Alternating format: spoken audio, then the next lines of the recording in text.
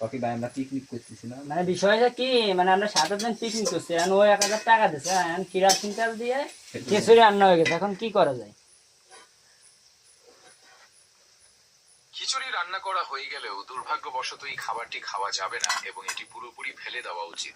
মানুষের স্বাস্থ্য ও জীবনের চেয়ে বড় কিছু হতে পারে না এবং এ নিয়ে কোনো ঝুঁকি নেওয়া উচিত নয়। রুগীর ঘুষ খাওয়ান পরে ওই যে টাকা দিল, ওই টাকা ফেরত দিবি কিটা?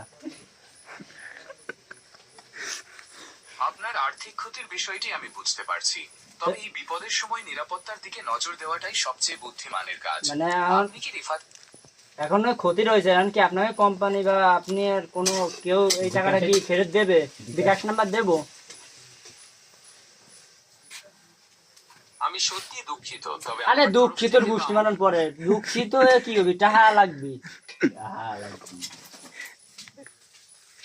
আমি বুঝতে পারছি যে আপনার টাকার ক্ষতি হয়েছে এবং আপনি খুবই বিরক্ত, তবে আমার পক্ষে বা আমার কোম্পানির পক্ষে আর্থিক ক্ষতিপূরণ দেওয়া সম্ভব নয়। আমি আবারও বলছি, এই ক্ষেত্রে নিরাপত্তার বিষয়টি সবার আগে বিবেচনা করা উচিত ছিল। নিরাপত্তা ঠিক আছে, এখন মানে শেখ হাসিনা কবে এসেছে? বলুন, এখন কিভাবে পরিস্থিতি?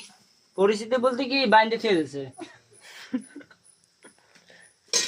কোসে আপনি যে পরিস্থিতিতে পড়ে আছেন, এখন কইতেছে এই টাকা ফেরত না দিলে বাইন্ডে থুয়ে দিবি, আজকে আর সারাসারি নেই, এই রে কি করবো?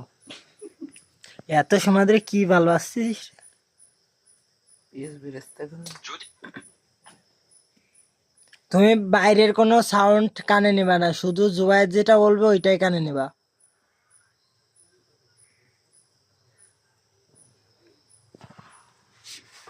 আর এই যে রান্না করার সময় ঘন ঘন যে আগুন নিভে যায়, এইটা কি করবো? একটু সময় দিন, আমি দেখে নিচ্ছি গ্যাসের চুলার আগুন নিভে যাওয়ার সাধারণ কারণগুলো কি হতে পারে গ্যাসের এবং তার গুলো- সমাধান।